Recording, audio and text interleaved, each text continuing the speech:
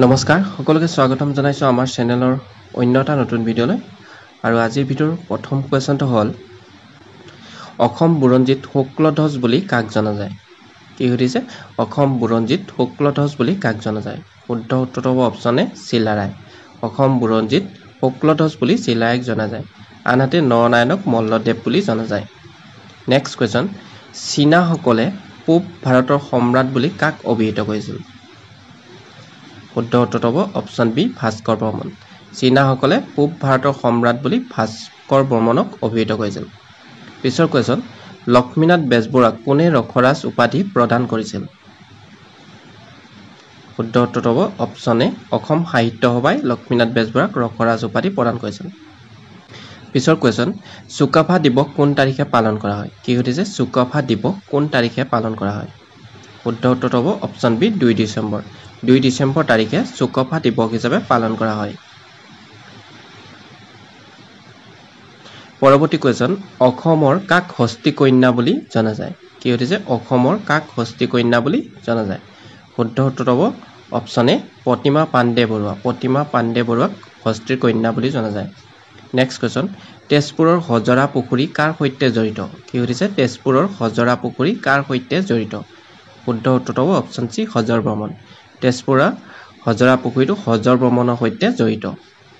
পৰৱৰ্তী কোৱেশ্যন 2022 চনত অসমৰ কোনজন মহাবীৰৰ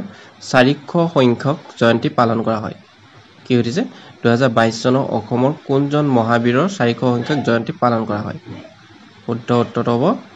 অপচন বি লাচিত বৰফুকন 2022 চনত অসমৰ 400 সংখ্যক জয়ন্তী পালন কৰা লাচিত বৰফুকন নেক্সট কোৱেশ্যন কোনখন চহৰক পূবৰ মানচেষ্টাৰ বুলি কোৱা হয় কি সুধিছে কোনখন চহৰক পূবৰ মানচেষ্টাৰ বুলি কোৱা হয় শুদ্ধ উত্তৰটো হ'ব অপচন বি শুৱালকুছি চহৰখনক পূবৰ মানচেষ্টাৰ বুলি কোৱা হয় নেক্সট কোৱেশ্যন চাহ মিলান অসমত কি নামে জনপ্ৰিয় কি সুধিছে চাহ মিলান অসমত কি নামে জনপ্ৰিয় শুদ্ধ উত্তৰটো হ'ব অপচন এ আজান ফকীৰ চাহ মিলান অসমত আজান ফকীৰ নামে জনপ্ৰিয় পৰৱৰ্তী কোৱেশ্যন কোনজনক অসমৰ লৌহ মানৱ নামেৰে জনা যায়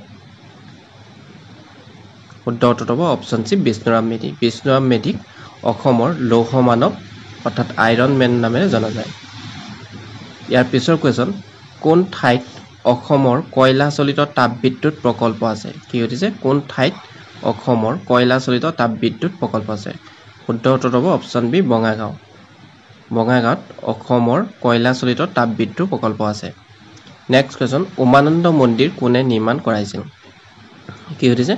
উমানন্দ মন্দিৰ কোনে নিৰ্মাণ কৰাইছিল শুদ্ধ উত্তৰটো হ'ব অপচন এ গদাধৰ সিংহ উমানন্দ মন্দিৰটো গদাধৰ সিংহই নিৰ্মাণ কৰাইছিল পৰৱৰ্তী কোৱেশ্যন শ্ৰী সূৰ্য পাহাৰ ক'ত অৱস্থিত কি সুধিছে শ্ৰী সূৰ্য পাহাৰ ক'ত অৱস্থিত শুদ্ধ উত্তৰটো হ'ব অপচন ডি গোৱালপাৰা শ্ৰী সূৰ্য পাহাৰ গোৱালপাৰাত অৱস্থিত পিছৰ কোৱেশ্যন 2023 চনৰ অসম সাহিত্য সভা ক'ত অনুষ্ঠিত হৈছিল কি সুধিছে 2023 চনৰ অসম সাহিত্য সভা ক'ত অনুষ্ঠিত হৈছিল শুদ্ধ উত্তৰটো হ'ব অপচন চি নাৰায়ণপুৰৰ লখিমপুৰ জিলাত নেক্সট কোৱেশ্যন যোৰহাট সাৰ্বজনিক সভা কোনে প্ৰতিষ্ঠা কৰিছিল কি সুধিছে যোৰহাট সাৰ্বজনিক সভা কোনে প্ৰতিষ্ঠা কৰিছিল শুদ্ধ উত্তৰটো হ'ব অপচন এ জগন্নাথ বৰুৱা যোৰহাট সাৰ্বজনিক সভা জগন্নাথ বৰুৱাই প্ৰতিষ্ঠা কৰিছিল পিছৰ কোৱেশ্যন অসম এছ'চিয়েশ্যন কেতিয়া গঠন হৈছিল কি সুধিছে অসম এছ'চিয়েশ্যন কেতিয়া গঠন হৈছিল শুদ্ধ উত্তৰটো হ'ব অপচন চি 1903 চনত অসম এছ'চিয়েশ্যন গঠন হৈছিল পৰৱৰ্তী কোৱেশ্যন অসম সাহিত্য সভাৰ প্ৰথম সভাপতি কোন শুদ্ধ উত্তৰটো হ'ব অপচন চি পদ্মনাথ গোহাঁই বৰুৱা অসম সাহিত্য সভাৰ প্ৰথমজন সভাপতি আছিল পদ্মনাথ গোহাঁই বৰুৱা নেক্সট কোৱেশ্যন অসম সাহিত্য সভাৰ বৰ্তমান সভাপতি কোন কি সুধিছে অসম সাহিত্য সভাৰ বৰ্তমান সভাপতি কোন শুদ্ধ উত্তৰটো হ'ব অপচন বি ডক্টৰ সূৰ্যকান্ত হাজৰিকা অসম সাহিত্য সভাৰ বৰ্তমান সভাপতি ইয়াৰ পিছৰ কোৱেশ্যন অসমৰ সৰ্বোচ্চ নাগৰিক সন্মান অসম বৈভৱ প্ৰথমবাৰৰ বাবে কোনে লাভ কৰিছিল শুদ্ধ উত্তৰটো হ'ব অপচন এ ৰতন টাটা অসমৰ সৰ্বোচ্চ নাগৰিক সন্মান অসম বৈভৱ প্ৰথমবাৰৰ বাবে ৰতন টাটাই লাভ কৰিছিল নেক্সট কোৱেশ্যন অসমৰ প্ৰথম স্নাতক ডিগ্ৰী কোনে লাভ কৰিছিল শুদ্ধ উত্তৰ হ'ব অপশ্যন বি আনন্দৰাম বৰুৱা অসমৰ প্ৰথম স্নাতক ডিগ্ৰীধাৰী আছিল আনন্দৰাম বৰুৱা ইয়াৰ পিছৰ কোৱেশ্যন অসমৰ কোনটো দ্বীপক ময়ূৰ দ্বীপ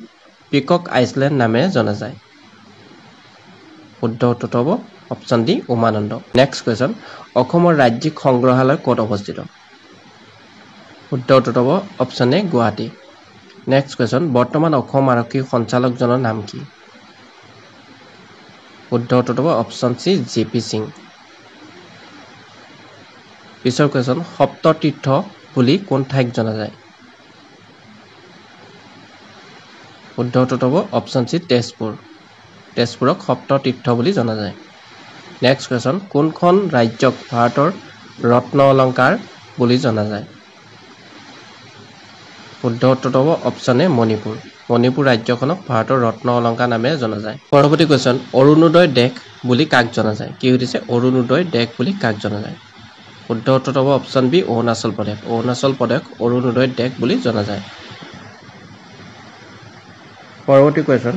কোনখন ঠাইক অসমৰ স্কটলেণ্ড বুলি জনা যায় কি সুধিছে কোনখন ঠাইক অসমৰ স্কটলেণ্ড বুলি জনা যায় শুদ্ধ উত্তৰ হ'ব অপশ্যন চি হাফলঙক অসমৰ স্কটলেণ্ড বুলি জনা যায় নেক্সট কোৱেশ্যন কোনখন ঠাইক পূবৰ ছুইজাৰলেণ্ড বুলি জনা যায় কি সুধিছে কোনখন ঠাইক পূবৰ ছুইজাৰলেণ্ড বুলি জনা যায় শুদ্ধ উত্তৰ হ'ব অপশ্যন ডি নাগালেণ্ডক পূবৰ ছুইজাৰলেণ্ড বুলি জনা যায় নেক্সট কোৱেশ্যন কোনখন ঠাইক পূবৰ স্কটলেণ্ড বুলি জনা যায় কি সুধিছে কোনখন ঠাইক পূবৰ স্কটলেণ্ড বুলি জনা যায় শুদ্ধ উত্তৰ হ'ব অপশ্যন এ মেঘালয় ঠাইখনক পূবৰ স্কটলেণ্ড বুলি জনা যায় পিছৰ কুৱেশ্যন কোনখন ঠাইক অসমৰ সাংস্কৃতিক ৰাজধানী কালচাৰেল কেপিটেল অফ আছাম বুলি জনা যায় শুদ্ধ উত্তৰ হ'ব অপশ্যন চি যোৰহাটক কালচাৰেল কেপিটেল অফ আছাম বুলি জনা যায় নেক্সট কুৱেশ্যন কোনখন ৰাজ্যক ৰঙা নদী নীলা পাহাৰ the land of red river and blue hills বুলি জনা যায় শুদ্ধ উত্তৰ হ'ব অপশ্যন এ অসমক ৰঙা নদী আৰু নীলা পাহাৰ বুলি জনা যায় নেক্সট কুৱেশ্যন কোনখন ঠাইক অসমৰ চাহৰ ৰাজধানী টি কেপিটেল অফ আছাম বুলি পৰিচিত শুদ্ধ উত্তৰ হ'ব অপশ্যন চি যোৰহাটক অসমৰ চাহৰ ৰাজধানী বুলি জনা যায় পিছৰ কুৱেশ্যন কোনখন ঠাইক পূবৰ আমাজন অফ দ্য ইষ্ট বুলি জনা যায় শুদ্ধ উত্তৰ হ'ব অপশ্যন এ দিহিং পাটকাই ৰাষ্ট্ৰীয় উদ্যানক পূবৰ আমাজন বুলি জনা যায় নেক্সট কুৱেশ্যন পঞ্চতীৰ্থ বুলি কোনখন ঠাইক জনা যায় কি সুধিছে পঞ্চতীৰ্থ বুলি কোনখন ঠাইক জনা যায় শুদ্ধ উত্তৰ হ'ব অপশ্যন বি হাজোক পঞ্চতীৰ্থ বুলি জনা যায় নেক্সট কুৱেশ্যন কোনখন খেলৰ বাবে আহঁতগুৰি বিখ্যাত কি সুধিছে কোনখন খেলৰ বাবে আহঁতগুৰি বিখ্যাত শুদ্ধ উত্তৰ হ'ব অপশ্যন চি মহযুঁজৰ বাবে আহঁতগুৰি বিখ্যাত পৰৱৰ্তী কুৱেশ্যন মেডাম মেফি কেতিয়া পালন কৰা হয় কি সুধিছে মেডাম মেফি কেতিয়া পালন কৰা হয় শুদ্ধ উত্তৰ হ'ব অপশ্যন এ 31 জানুৱাৰী তাৰিখে মেডাম মেফি উৎসৱ পালন কৰা হয় পৰৱৰ্তী কুৱেশ্যন প্ৰথম অসমীয়া মহিলা আলোচনীখনৰ নাম কি সুধিছে প্ৰথম অসমীয়া মহিলা আলোচনীখনৰ নাম সুধিছে শুদ্ধ উত্তৰ হ'ব অপশ্যন এ ঘৰ জেউতি আছিল প্ৰথম অসমীয়া মহিলা আলোচনী নেক্সট কুৱেশ্যন 1857 চনৰ বিদ্ৰোহত অসমত কোনে নেতৃত্ব দিছিল শুদ্ধ উত্তৰ হ'ব option C Maniram Dewan next question মণিকাঞ্চৰ পাহাৰৰ ওচৰত কানাই বৰশী শিলালিপি কোন ভাষাত পোৱা যায় শুদ্ধ উত্তৰ হ'ব অপশ্যন বি অসমীয়া মণিকাঞ্চৰ পাহাৰৰ ওচৰত কানাই বৰশী শিলালিপি অসমীয়া ভাষাত পোৱা যায় পৰৱৰ্তী কুৱেশ্যন প্ৰথম অসমীয়া ধৰ্মমূলক ছবিখনৰ নাম কি সুধিছে প্ৰথম অসমীয়া ধৰ্মমূলক ছবিখনৰ নাম কি শুদ্ধ উত্তৰ হ'ব অপশ্যন চি সতী বেউলা আছিল প্ৰথম অসমীয়া ধৰ্মমূলক ছবি নেক্সট কুৱেশ্যন এভাৰেষ্ট শৃংগ আৰোহণ কৰা প্ৰথম অসমীয়া কোন শুদ্ধ উত্তৰ হ'ব option A Tarun Saikia Everest শৃংগ আৰোহণ কৰা প্ৰথম অসমীয়া আছিল তৰুণ শইকীয়া